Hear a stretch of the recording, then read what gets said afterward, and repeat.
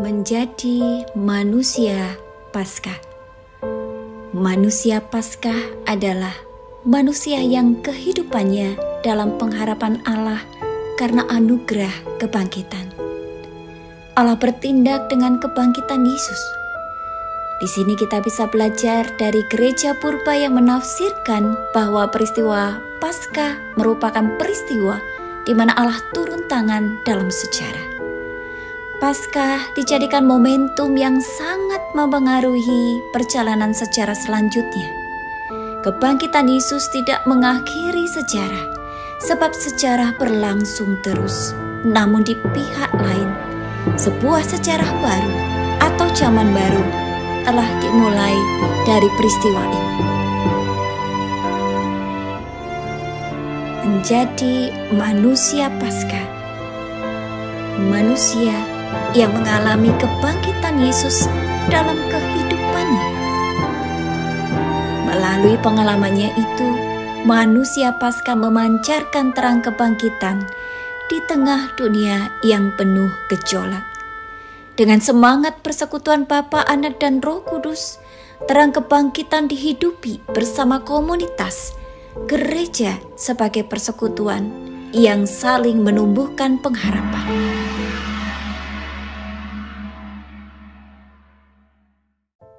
Selamat malam semuanya.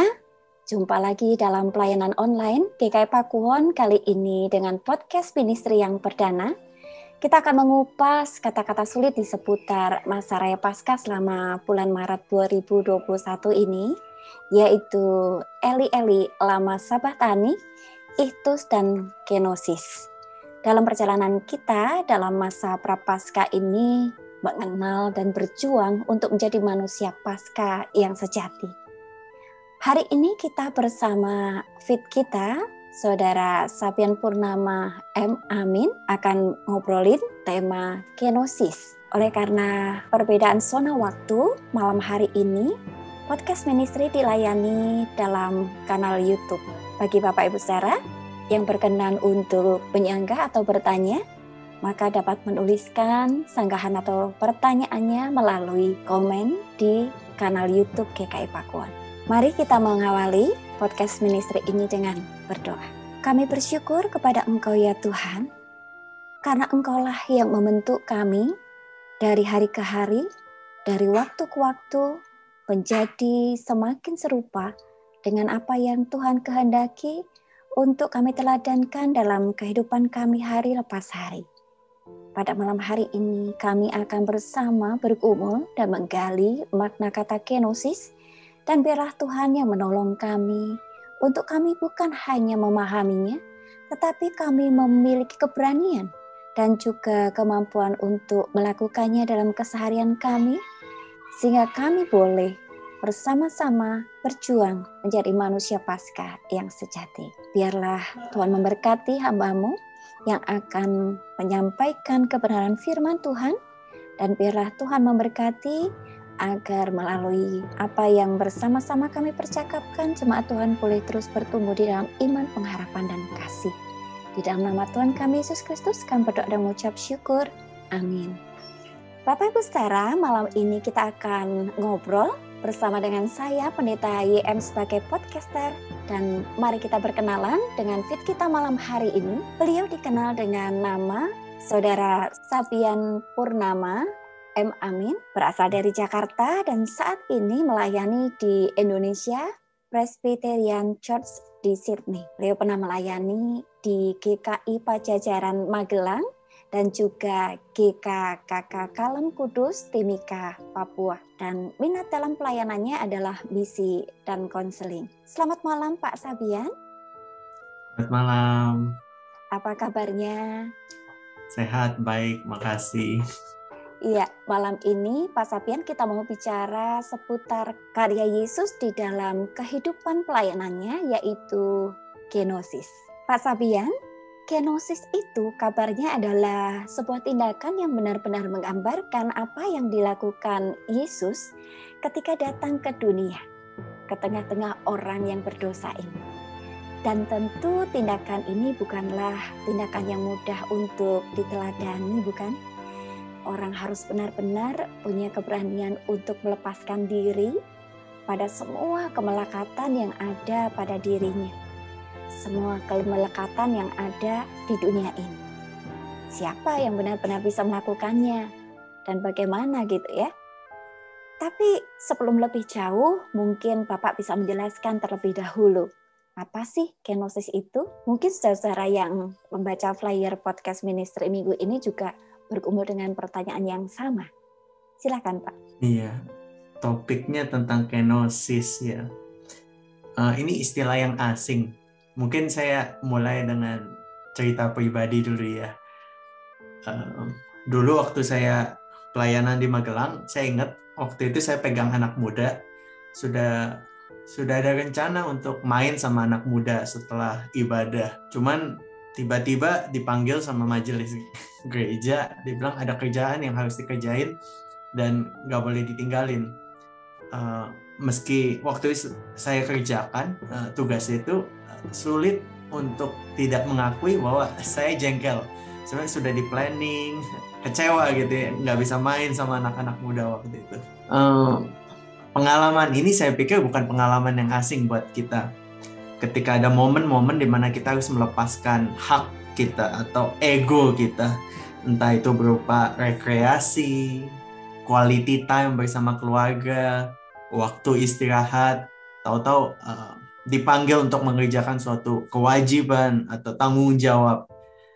Jujur kondisi-kondisi seperti itu berlawanan dengan kenyamanan pribadi kita. Di tengah kondisi yang demikian, topik kita memberikan teladan yang bisa dipelajari, teladan yang ideal. Jadi saya mau jelaskan kurang lebih konteksnya seperti itu ya, Bapak Ibu Saudara sekalian.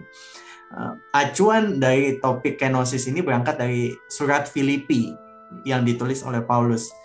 Pada Filipi 2 ayat 5-8 waktu itu Paulus menulis tentang sebuah nyanyian kuno, himne kuno.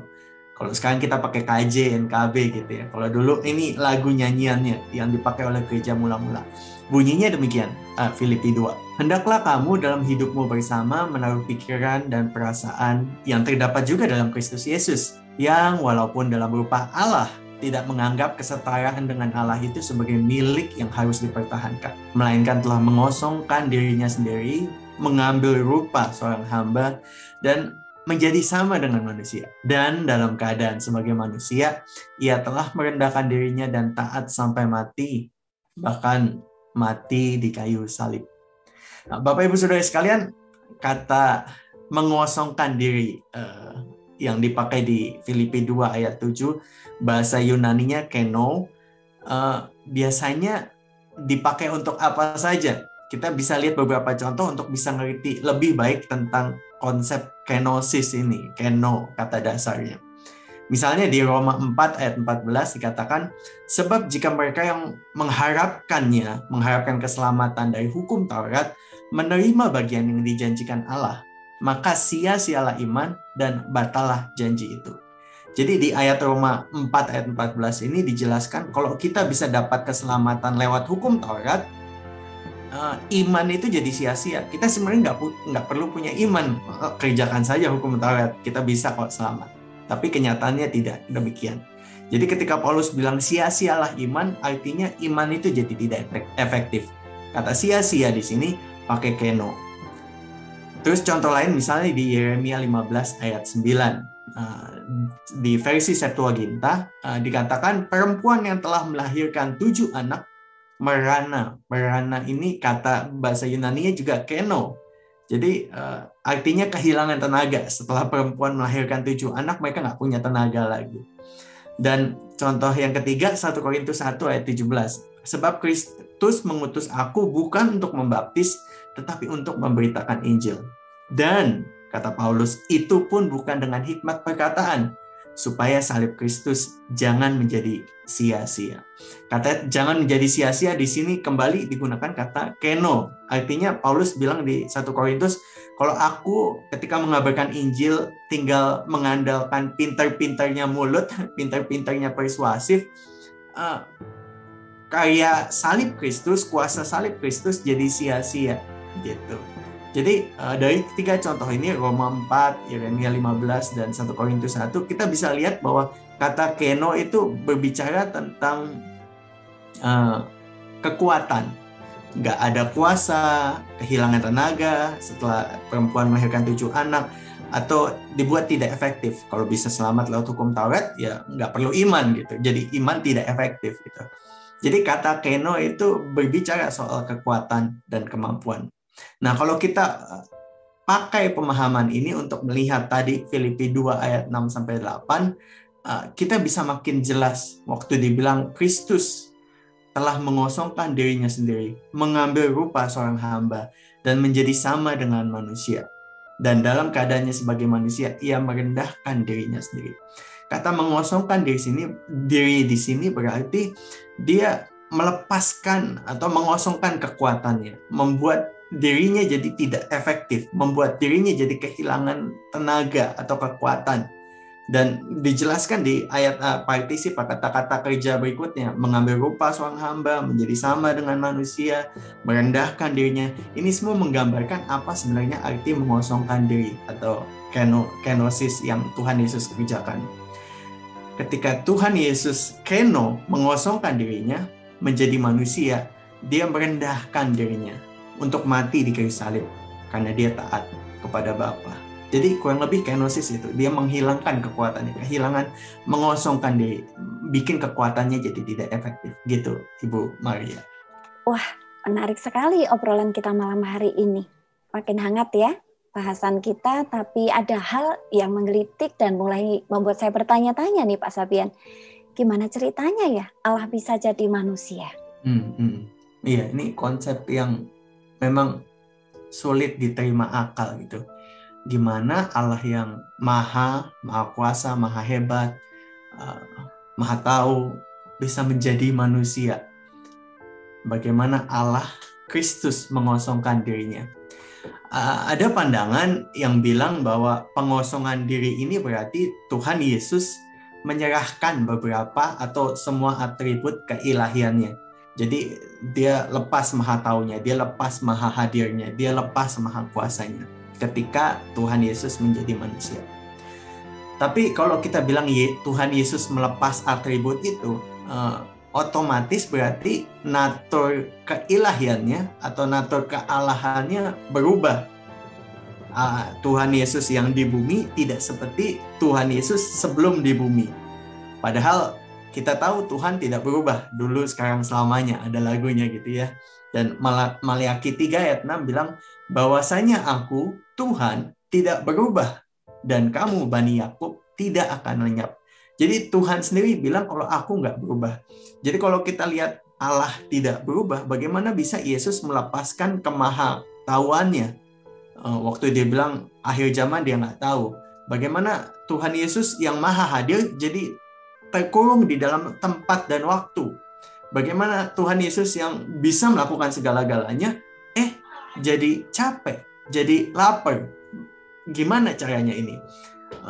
Supaya natur kealahannya itu tidak berubah, penjelasan yang lebih tepat mungkin bisa dilihat bahwa Kristus dalam kealahannya, dalam keilahiannya, mengubah atribut-atribut ilahinya dari actual, sesuatu yang digunakan, menjadi potensial atau sesuatu yang bisa digunakan tapi tidak digunakan waktu Tuhan Yesus ada di bumi.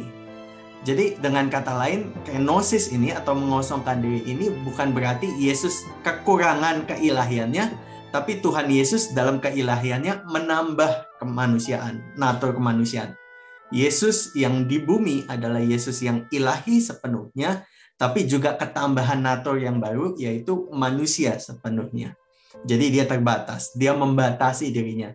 Walaupun dia bisa berada di banyak tempat sekaligus pada waktu yang sama, tapi dia membatasi dirinya di Yerusalem saja.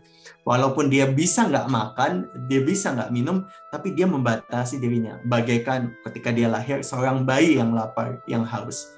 Jadi bukan Yesus kehilangan natur ilahinya, tapi Tuhan Yesus menambah satu natur lagi, yaitu natur kemanusiaan. Dan dengan demikian membatasi dirinya. Nah, ketika Tuhan Yesus memilih untuk membatasi dirinya demi kita, ia menjadi manusia di tempat tertentu di Yerusalem pada waktu tertentu 2000 tahun yang lalu dan untuk tujuan yang tertentu. Dia bisa melakukan apapun yang dia inginkan.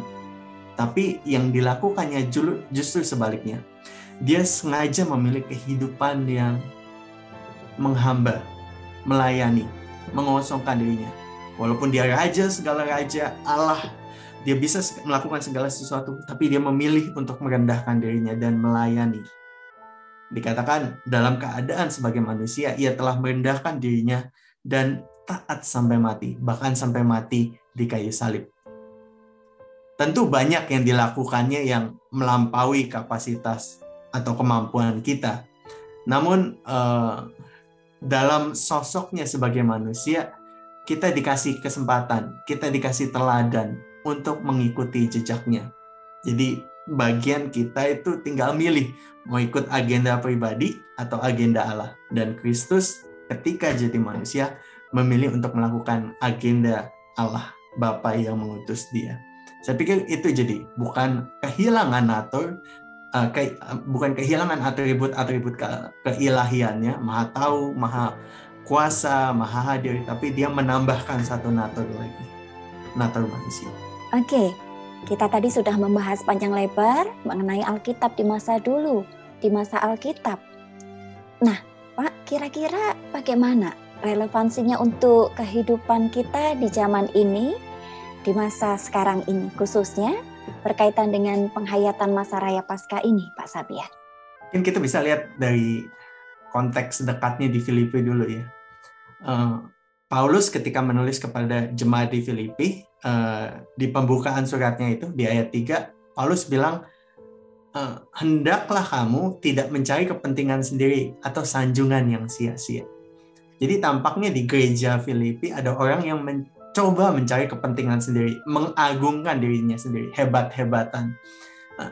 Paulus bilang, hendaklah kamu tidak mencari kepentingan sendiri, tetapi memperhatikan kepentingan orang lain juga.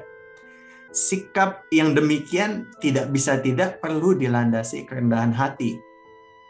Ketika kita rendah hati, kita akan mulai tidak melihat diri kita, tapi melihat orang lain. Dan itu karakteristik orang percaya, karakteristik yang Kristus sudah contohkan. Memang kadang nggak dianggap itu menyakitkan.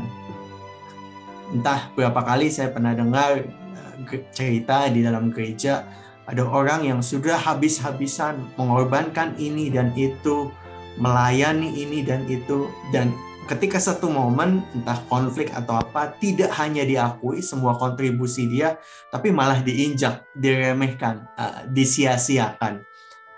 Ketika kita, saya bayangin kalau kita jadi orang yang kayak gitu, udah habis-habisan tapi nggak dianggap, malah diabaikan, disepelekan, berontak dalam diri, pasti merasa diperlakukan tidak adil gitu ya.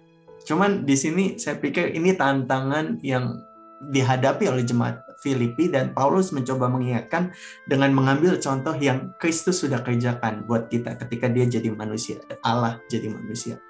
Masa Prapaskah ini mengingatkan kita bahwa Allah Bapa mengutus Allah Anak untuk menjadi manusia. Tuhan Yesus datang dengan misi menyelamatkan manusia berdosa. Bapak Ibu Saudara sekalian, kalau kita mau pause, mau berhenti sejenak dan merenungkan Allah jadi manusia, kebayang nggak? Nah, di TV itu kan, di TV Barat itu ada acara yang bos yang hebat, CEO, menjadi bawahan, menjadi staff, turun ke lapangan untuk melihat apakah perusahaannya berjalan sebagaimana yang dia dengar di atas. Tapi tujuan dia turun ke bawah itu cuma sebentar saja masanya, untuk dapat feedback tentang perusahaannya dari bawah, terus balik lagi jadi atasan. Nah, itu saja sudah challenging. Nah, ketika Allah jadi manusia, itu penurunannya jauh lebih besar daripada bos pura-pura jadi manusia, jadi bawahan. Ini Allah jadi manusia. Saya pikir konsep ini kalau nggak bikin kita heran dan takjub tentang apa yang Tuhan Yesus sudah kerjakan buat manusia, nggak tahu lagi apa yang bisa bikin kita takjub. Dan setelah Yesus bangkit, Tuhan Yesus naik ke surga, dan misi dia untuk menyelamatkan dunia didelegasikan kepada para murid. Kita dipanggil juga ke dalam misi yang sama, dengan paradigma yang sama. Melayani, mengabarkan Injil dengan melayani.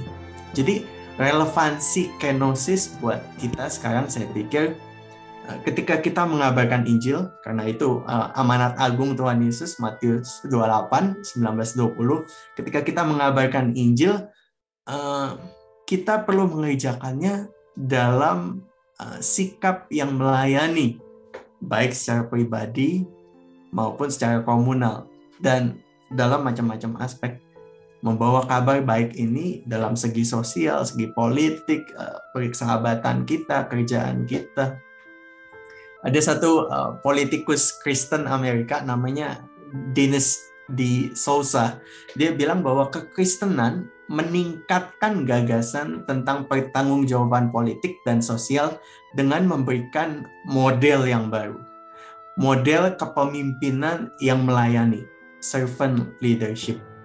Dia bilang di Yunani kuno atau di Roma, nggak ada orang yang bermimpi ingin jadi pemimpin politik dan mewujudkannya dengan melayani atau jadi hamba buat setiap orang. Buat mereka jadi pemimpin yang mengepalai, ngatur, bukan malah merendahkan diri. Tetapi Kristus datang memberikan model, memberikan contoh bagaimana cara memimpin versi dia. Memimpin versi Kristus adalah dengan bukan di atas, top down, tetapi melayani kebutuhan orang lain, terutama mereka yang paling membutuhkan. Di Matius 23 ayat 11, Tuhan Yesus bilang, barang siapa terbesar di antara kamu, hendaklah ia menjadi pelayanmu. Jadi ini gagasan Kristen tentang servant leadership ini radikal sekali. Ini relevansi kenosis saya pikir buat setiap kita. Kalau dalam konteks gereja di 1 Korintus 12 ayat 18 dikatakan Allah telah memberikan kepada anggota masing-masing secara khusus satu tempat pada tubuh seperti yang dikehendakinya. Kalau Bapak Ibu Saudara sekalian sedang mendengarkan podcast ini, asumsi saya bahwa Bapak Ibu Saudara sekalian merupakan bagian dari komunitas gereja. Dan Bapak Ibu Saudara sekalian ketika menjadi komunitas gereja, 1 Korintus 12 bilang setiap Bapak Ibu dikasih tempat, dikasih karunia yang unik, yang khusus. Dan karunia itu harusnya dipakai untuk kebaikan bersama. Ketika kita tahu kita punya karunia apa yang Tuhan sudah titipkan kepada masing-masing kita, dan kita tahu bahwa ini perlu dipakai untuk membangun gereja, melayani satu sama lain, saya pikir pelayanan kita jadi penuh makna. Kita bukan melayani karena disuruh, karena jadwal, tapi karena Kristus sudah mencontohkannya kepada kita, dan Kristus mendelegasikan hal yang sama pada setiap kita. Pelayanan bisa jauh lebih bermakna dan memberikan kehidupan. Namun terkadang di gereja kan nggak ideal. Kadang ada momen-momen kita dituntut untuk mengisi kekosongan. Oh, pelayanan ini nggak ada nih, kamu bisa nggak ngisi? Dan kita ngerasa kadang saya nggak di situ tempatnya, saya nggak bisa melakukan hal itu. Nah, Bapak Ibu Saudara sekalian, kadang-kadang ini terjadi, dan meskipun tidak ideal, ini nggak selalu bisa dihindari. Kalau Bapak Ibu Saudara sekalian mengalami kondisi yang demikian, usul saya berdoa, cari petunjuk dari Roh Kudus, tanya apakah kita perlu ikut bahu-membahu, menggulung lengan. Misalnya, kita kurang nih guru sekolah minggu gitu. Atau dalam kemajelisan, kita butuh nih orang-orang yang bantu untuk mikirin gereja lebih banyak. Mungkin Bapak Ibu Saudara sekalian bisa mulai memikirkan apakah ini kesempatan yang Tuhan kasih ke kita untuk kita bisa mewujudkan kenosis itu. Jadi manusia Paskah. perlu digumulkan sungguh-sungguh, karena masa-masa ini bisa jadi wadah yang Tuhan kasih supaya kita bisa berkenosis. Begitu kurang lebih relevansinya buat kita di zaman sekarang. Wah, Pak Sabian, ternyata makin mendalam kita memahami makna terdalam dari kenosis ini, maka tidak terhindarkan lagi ya Pak, bahwa kekristenan kita ini rupanya menuntut kita untuk berkenosis dalam kehidupan kita sehari-hari. Khususnya di dalam masa raya Paskah ini, berkenosis itu seakan menjadi sebuah panggilan dan undangan bagi kita. Seperti yang Bapak sampaikan tadi, kalau boleh saya kutip dengan bahasa sederhananya, gulungkanlah lenganmu dan ayo ikut teladanku berkenosis. Dan ini yang real Yesus inginkan dari kita. Kita diminta untuk meneladaninya dalam keseharian kita, menjadikan kenosis sebagai gaya hidup kita sebagai orang Kristen. Terima kasih banyak Pak Sabian. Ada sebuah insight yang dapat merubah paradigma hidup orang percaya. Saya merasa hal-hal yang tadinya di awal saya pikir itu nonsens, sulit, gak mungkin untuk diteladani, ternyata sesederhana itu. Walaupun jalannya tidak mudah, perlu upaya, perlu usaha untuk menjawab panggilan dan undangan berkenosis itu. Dan yang menarik adalah apa yang Bapak sampaikan tadi, bahwa berkenosis itu ternyata adalah sebuah kesempatan ya Pak. Kairos, kesempatan yang tepat datang dalam hidup kita, yang mungkin tidak akan datang yang kedua kalinya. Dan itu di masa Prapaskah ini. Lalu berkenosis adalah anugerah, rahmat, berkat bagi kita untuk meneladani Kristus. Wah, tidak terasa ya Pak Sabian, percakapan kita berlalu dengan demikian cepat. Baik Bapak Ibu Saudara, kita akan mendengar closing statement di akhir acara podcast ministry ini, dan Pak Sabian juga akan menutup acara ini di dalam doa. Iya, Bapak Ibu Saudara sekalian, kenosis atau mengosongkan diri seperti yang Tuhan Yesus contohkan buat kita ini bikin dunia jungkir balik sebenarnya. Dan waktu kita bisa punya perspektif yang sama, perubahan perspektif bahwa kenosis atau mengosongkan diri bukan sesuatu yang hina, tapi justru mulia.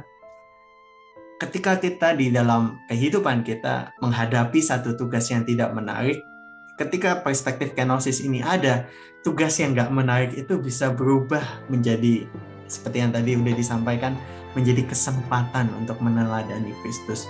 Sesederhana atau sesepele apapun pekerjaan itu bisa jadi kesempatan untuk meneladani Kristus. Jadi di masa Prapaskah ini, Bapak Ibu Saudara sekalian, mari kita terus belajar menjadi manusia Paskah yang mengosongkan diri. Sebab Tuhan Yesus mengajar di kita di 1 Korintus 15 bahwa setiap jerih payah kita, setiap pengorbanan waktu kita, setiap pengorbanan emosi kita, setiap hal yang kita sudah tuangkan buat Tuhan di dalam persekutuan dengan Tuhan tidak sia-sia.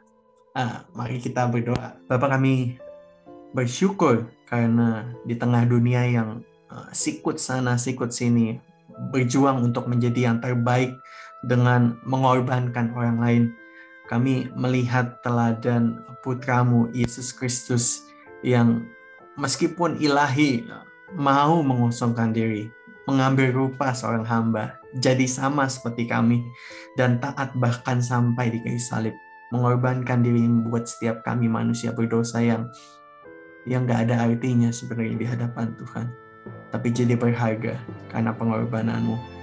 Terima kasih Bapa untuk teladan yang begitu hebat ini. Bantu kami untuk bisa terus terkesima, tergugah, terinspirasi dengan apa yang Kristus sudah teladankan, contohkan buat kami. Supaya kami punya perspektif yang seperti Kristus, nggak sama kayak dunia, tapi kami bisa meneladani Kristus, baik di keluarga kami, di pelayanan kami di gereja, di tempat kerja kami. Kami nggak berjuang dengan nilai-nilai dunia, tapi belajar dengan hikmat Tuhan meneladani Kristus, melayani satu sama lain. Tolong kami Bapa, manusia yang terus berjuang dengan ego kami, dengan kesombongan kami, dengan keakuan kami, supaya kami boleh mengesampingkan itu, menyingkirkan hal itu, dan meneladani Kristus. Kami berdoa supaya kehidupan kami, pelayanan kami, keluarga kami, setiap hal yang kami kerjakan bisa meneladani Kristus, dan dengan demikian nama Tuhan makin dimuliakan dan orang-orang bisa melihat Kristus ada di dalam kami. Terima kasih, kami serahkan setiap kami yang menyaksikan podcast ini. Di dalam nama Tuhan Yesus kami berdoa. Amin. Baiklah Bapak Ibu Saudara, waktu berjalan dengan cepat untuk sebuah percakapan yang berarti. Esok hari kita akan memasuki minggu terakhir masa Prapaskah, yaitu Minggu Palma. Kemudian minggu depan kita akan memasuki rangkaian Minggu Sengsara, mulai dari Kamis Putih dengan pembasuhan kaki antar anggota keluarga, di mana Bapak Ibu Saudara dapat mempersiapkan piranti untuk pembasuhan kaki di rumah masing-masing. Jumat Agung kita akan menyelenggarakan perjamuan kudus. Untuk itu roti dan anggur dapat Bapak Ibu Saudara ambil di kantor gereja pada jam kerja. Lalu Sabtu Sunyi kita akan menyelenggarakan doa hening untuk kita bersama-sama mengenang kematian Yesus dan menantikan kebangkitannya. Dan rangkaian ini akan diakhiri dengan Minggu Paskah, di mana kita merayakan bersama kebangkitan Tuhan Yesus. Dan Bapak Ibu Saudara dapat mengikuti dengan setia Bapak-bapak Minggu Sengsara Yesus untuk napak tilas penderitaannya dan merayakan Paskah bersama melalui kanal YouTube GKI Pakuwon. Sampai jumpa minggu depan. Selamat berjuang menjadi manusia Paskah yang sejati.